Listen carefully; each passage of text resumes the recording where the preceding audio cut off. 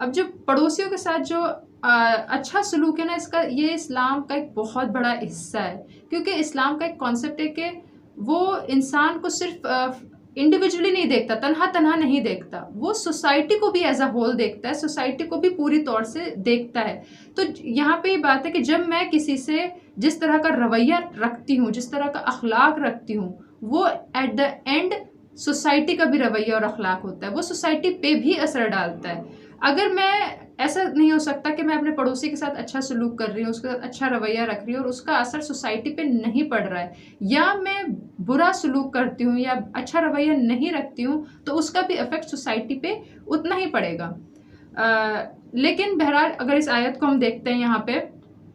کہ آیت کیا بات کہہ رہی ہے، تو وہ یہاں پہ بات کہہ رہی ہے کہ ہمیں اپنے پڑوسی کا خیال رکھنا ہے جو ہمارے پاس ہے اور جو ہمارے دور ہے، مطلب تھوڑے دور کے بھی پڑوسیوں کا ہمیں خیال رکھنا ہے۔ یہ نہیں کہ صرف ہمارے ایک دم جو ایگزیکٹ برابر والے نیبرز ہیں صرف ان کا ہی نہیں، تھوڑے دور بھی ہیں اگر ہم سے پر ہمارے پڑوسی ہیں تو ہمیں ان کا خیال رکھنا ہے۔ اب آپ صلی اللہ علیہ وسلم جو ہے نا کہتے ہیں اس بات کا کتنی اہمیت ہے، تو وہ آپ صلی اللہ علیہ وسلم کی ایک ہمیں روایت سے سمجھ میں آ سکتی ہے اس چیز کی اہمیت کہ پڑوسیوں کے حقوق کیا اس کی جو ہے نا امپورٹنس ہے۔ تو آپ صلی اللہ علیہ وسلم فرماتے ہیں کہ جبرائیل علیہ السلام جب آتے تھے اور آپ صلی اللہ علیہ وسلم کو پڑوسیوں کے حقوق بتاتے تھے تو بہت زور دے کے بتاتے تھے، بہت اس پہ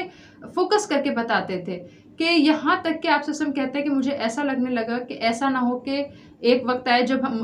پڑوسیوں کو ہمارے ورثے میں جو نا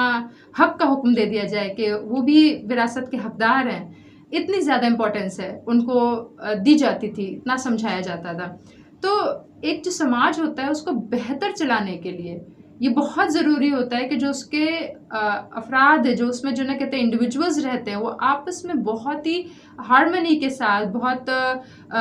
مل جل کے اور اچھے سے رہتے ہوں، تب جو نا کہتے ہیں آپس میں ایک اچھا اور مضبوط معاشرہ بنتا ہے۔ اگر آپ آپس میں اچھے سے نہیں رہتے ہیں تو اگر آپس میں تضاد ہے، کانفلکٹ ہے، تو آبویسلی معاشرے پہ بھی اثر ڈلے گا، یعنی میرا جو مزاج ہوگا وہ پھر سوسائٹی پہ بھی اثر ڈالے گا۔ اگر میں ایک بد مزاج انسان ہوں تو آبویسلی ایسے انسان سے لوگ جو ہے نا کہتے ہیں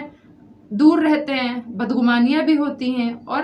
سوسائٹی میں جو ہے نا کہتے ہیں اتنی اسٹرانگ نہیں بن پاتی، اتنی مضبوط نہیں ہو پاتی۔ اب جو اگر اس چیز کی ہمیں اہمیت سمجھ میں آ رہی ہے تو پھر اب سوال آتا ہے کہ پڑوسیوں کے اگر ہم کہتے ہیں کہ پڑوسیوں کے حقوق ہے تو اس کا مطلب کیا ہے؟ اس کا مطلب یہ ہے کہ میں اپنے پڑوسیوں کے ساتھ اچھا سلوک کرتی ہوں، اچھا رویہ رکھتی ہوں، ان کا خیال رکھتی ہوں، ان کی پرواہ کرتی ہوں۔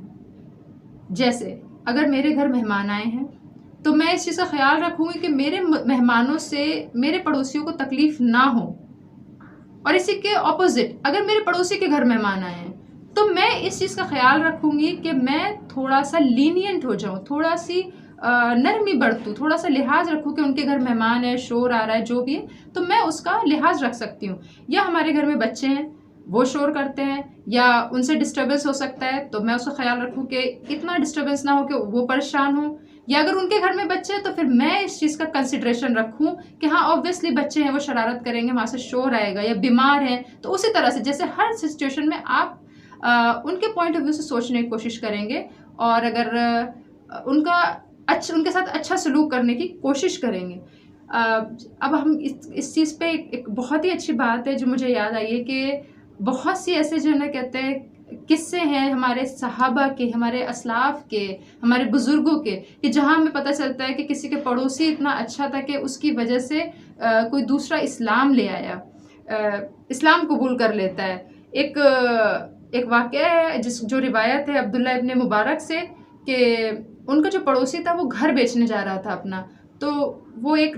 پرائز طے کرتا ہے،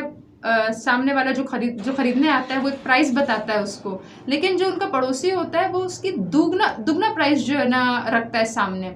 تو وہ جو خریدنے آیا ہوتا ہے انسان وہ پوچھتا ہے کہ آپ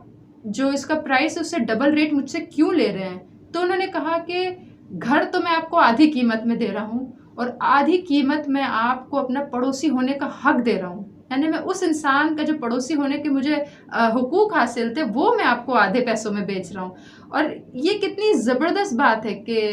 اس طرح سے آپ کتنا اثر رکھتے ہیں کسی انسان پہ، آپ یہ سوچیں اپنے رویوں سے، کیونکہ اور کوئی بہتر طریقہ نہیں ہوتا کسی لوگوں پہ اثر ڈالنے کا یا لوگوں کے دلوں میں اسلام کی اچھی رائے قائم کرنے کا، سوائے اپنے رویوں کے ذریعے، سوائے اپنے معاملات کے ذریعے، اپنے اخلاق اور کردار کے ذریعے.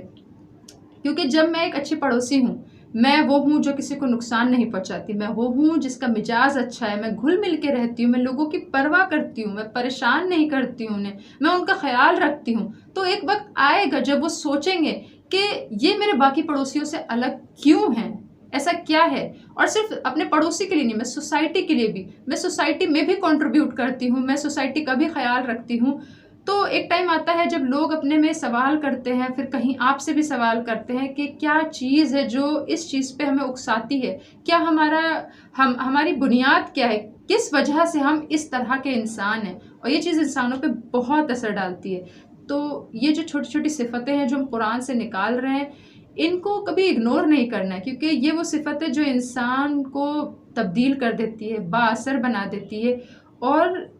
اسلام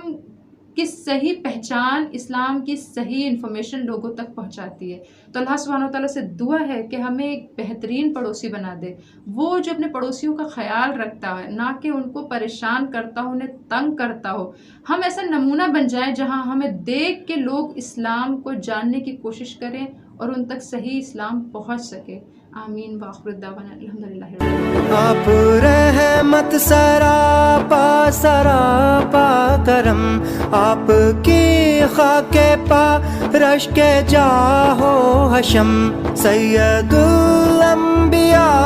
آپ شاہ امم، آپ مہر عرب، آپ ماہ عجم. روشنی روشنی میرے پیارے نبی، زندگی زندگی میرے پیارے نبی.